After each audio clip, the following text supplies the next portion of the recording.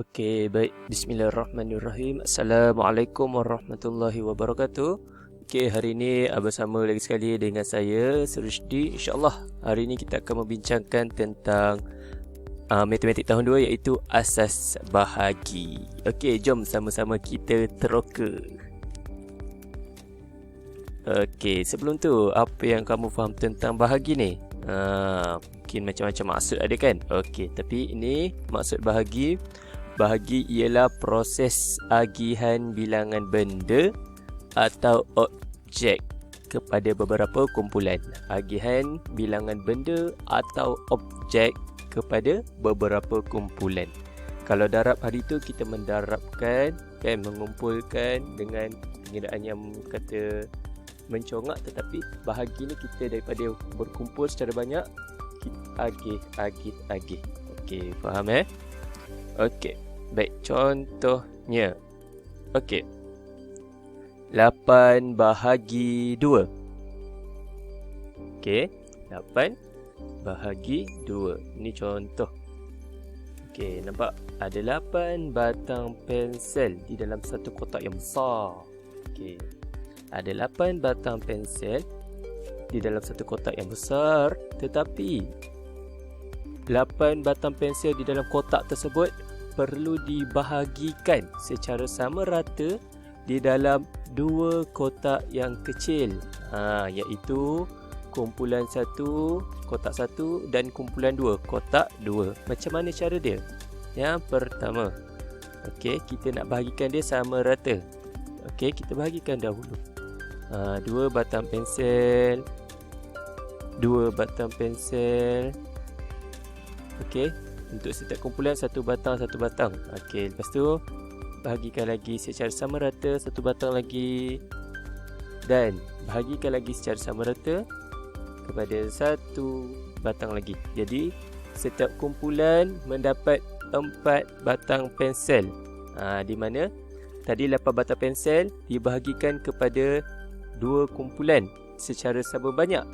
Jadi bila sama banyak, 8 batang tadi kita bahagikan secara sama rata, satu per satu. Jadi ia menjadi satu kumpulan menjadi 4 batang pensel. Kalau 2 kumpulan dah jadi 8 batang.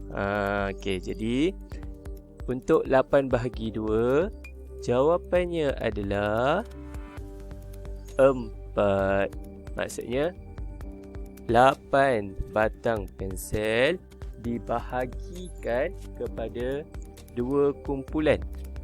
Jadi setiap kumpulan mendapat 4 batang. Kalau 2 kumpulan, 4, 5, 6, 7, 8. Okey. Baik, kita pergi contoh yang kedua. Jadi faham InsyaAllah kita faham. Okey, kita pergi contoh yang kedua. Okey, ada 15 biji apple yang dikongsi sama rata oleh 5 orang kanak-kanak, 5 orang budak. Berapakah biji apple yang diperoleh oleh setiap kanak-kanak tersebut? Okey, jadi dekat sini kata kuncinya ialah 15 biji apple dikongsi oleh 5 orang kanak-kanak, 5 orang budak. 15 biji apple dikongsi kepada 5 orang budak. Okey, ini 15 biji apple. Okey, 15 biji apple ni kita nak kena kongsikan kepada 5 orang budak. Budak A, budak B, C, D dan E. Nampak? Warna-warni rambut mereka. Jadi, berapa biji apple yang diperoleh oleh setiap kanak-kanak tersebut? Jadi, caranya adalah kita buat pembahagian secara macam tadi. Kita bahagikan secara satu per satu. Okey, jadi setiap orang akan mendapat satu dahulu. Satu biji apple. Okey. Selepas itu, okey,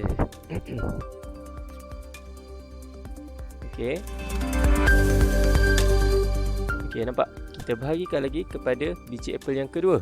Tadi ada 10, dari 15 kurang 5 jadi 10. Sekarang kurang lagi 5, jadi 5 je dekat atas ni. Okey, yang dekat bawah ni setiap orang 3 biji apple. Okey. Setiap orang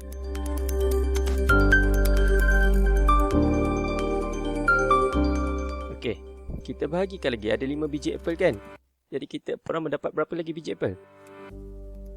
setiap orang mendapat satu lagi biji apple. Okey.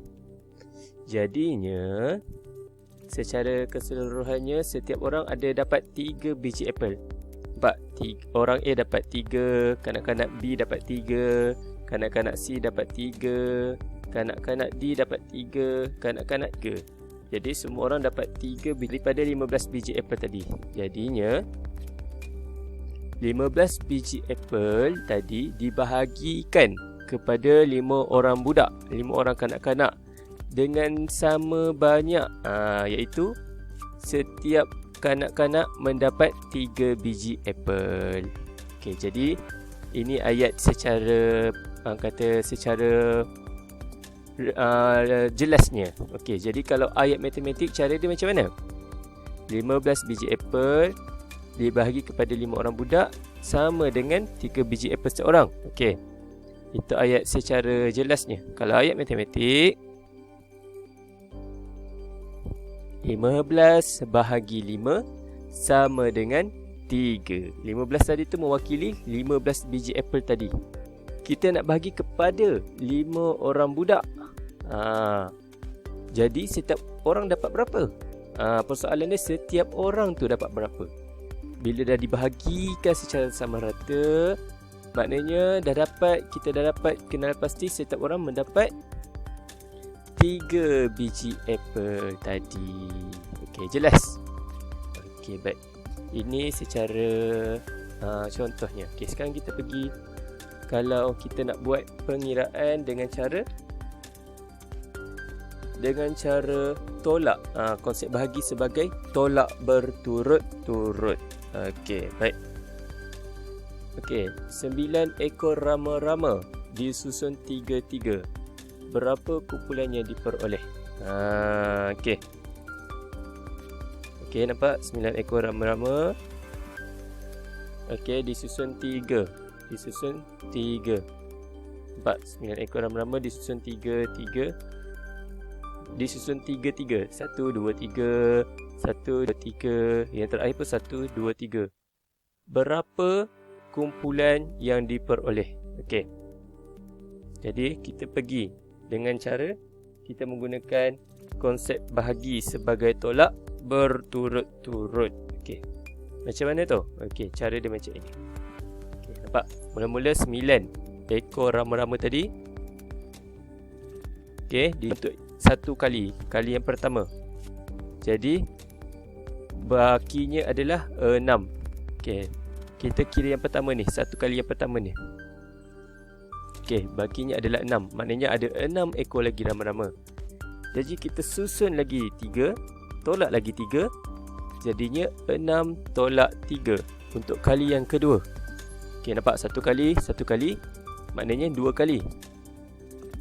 Hasilnya, bakinya ada lagi 3. Sekarang kita dah kira yang ini yang pertama. Lepas tu kita kira yang ini pula. Okey, maknanya ada lagi berapa ekor lagi? Ada lagi 3 ekor rama-rama. Jadi sekarang kita tolakkan lagi 3 sampailah dapat angka iaitu 0. Lagi kecil daripada 3. Selagi mana angka tu besar dari 3, kita boleh tolak lagi. Okey, sekarang tadi 3 tolak 3, jawapannya 0. Ini kali ke berapa ni? Kali ke pertama tinggal 6 ekor. Daripada 6 ekor, kita tolak lagi kali kedua, tinggal lagi 3 ekor. Daripada 3 ekor, kita tolak lagi 3. Akhirnya, kita dapat satu keputusan, satu hasil iaitu 3 kumpulan. Ya.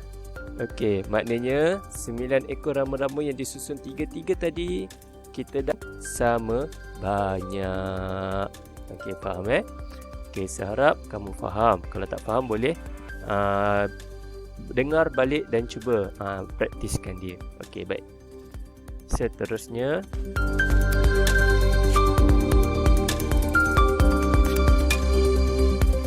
okey, latihan. Okey, untuk latihan kamu boleh buka buku aktiviti matematik tahun 2. Okey, buku yang ini. Okey, buku aktiviti matematik tahun 2. Buat muka surat 71 hingga 74. Yang setunjuk ni semua ada dalam latihan tu. Yang dalam latihan tu semua ada yang setunjuk ni. Macam mana nak buat pengiraan tolak, macam mana nak bahagikan ikut gambar-gambar tu. Okey, faham Okey, jadi insya-Allah kita akan bincang masa kelas online nanti. Okey, insya-Allah itu sahaja. Terima kasih.